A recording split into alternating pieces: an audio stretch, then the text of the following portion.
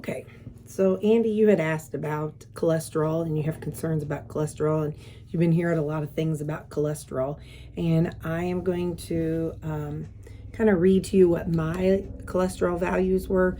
Each person has to make the right decision for themselves. I may be a nurse, but I'm not anyone else's nurse, and only you can make the decision for yourself.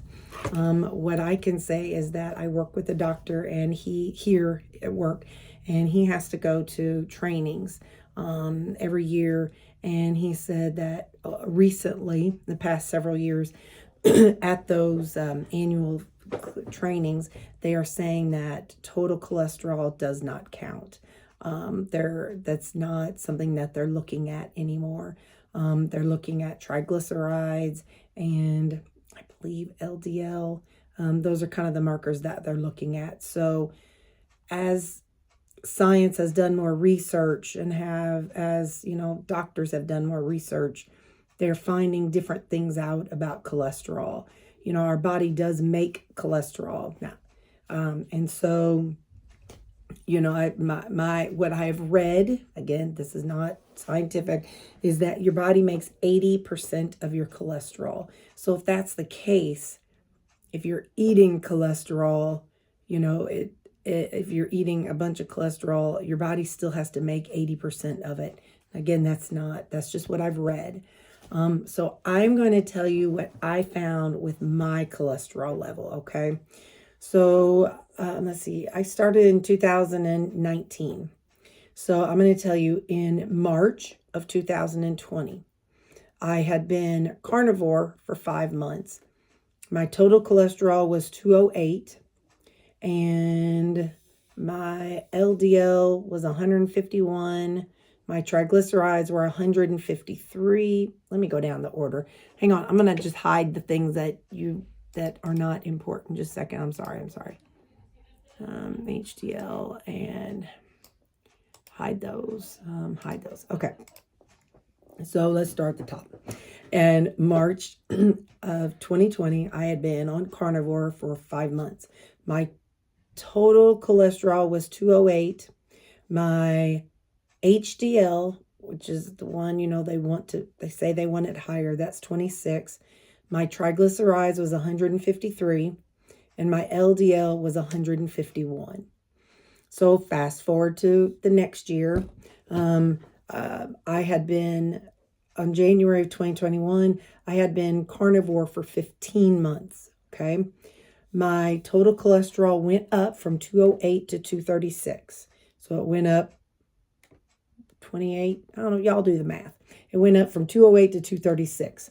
My HDL went from 26 to 36. So that improved by 10.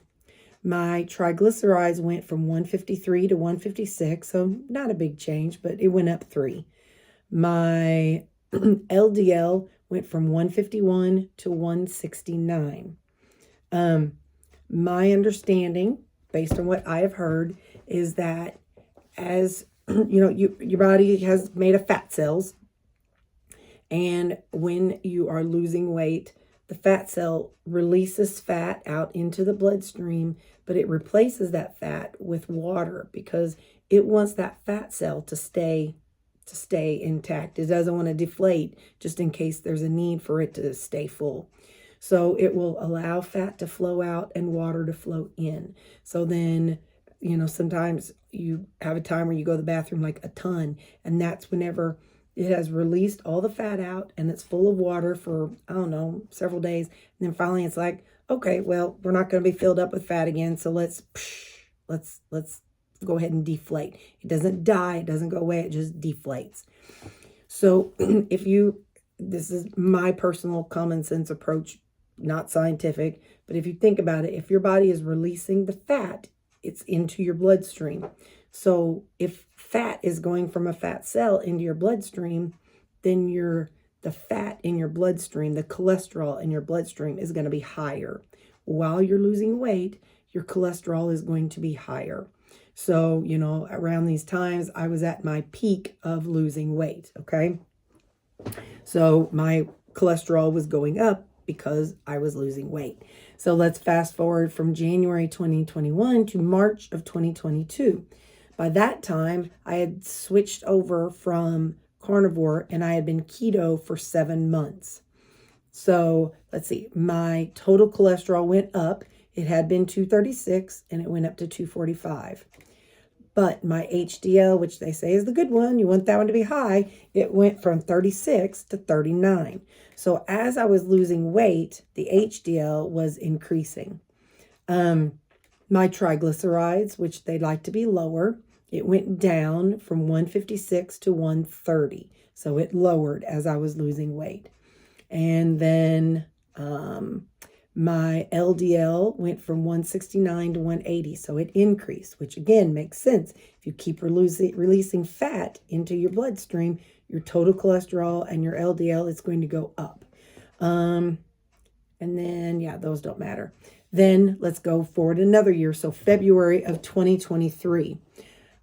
By this time, I had been on maintenance for 3 months. So I won't get my labs. I'll get my labs done again this upcoming January, February timeframe.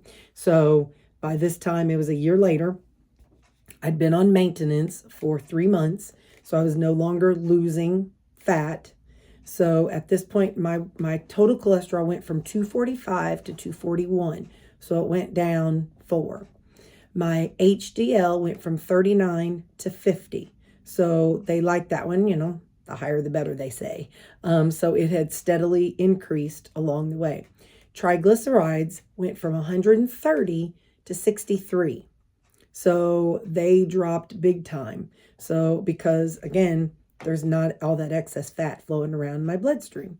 And my LDL went from 180 to 179. So it went down 1. And then an extra lab that I had done for me, and if your insurance don't cover it, don't get it.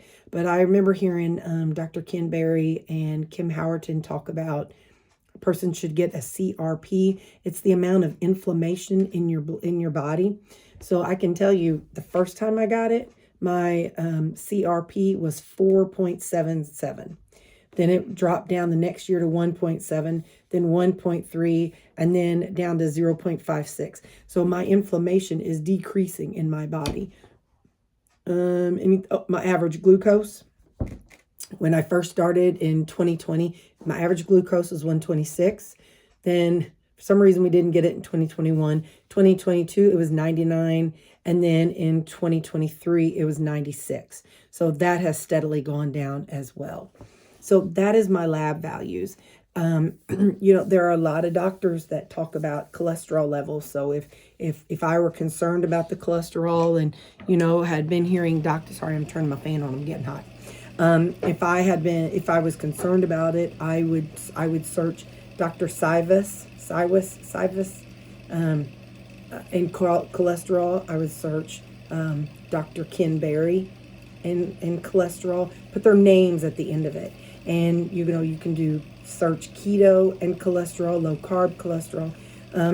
Do your own research. Don't base it off what I say and what anybody else says.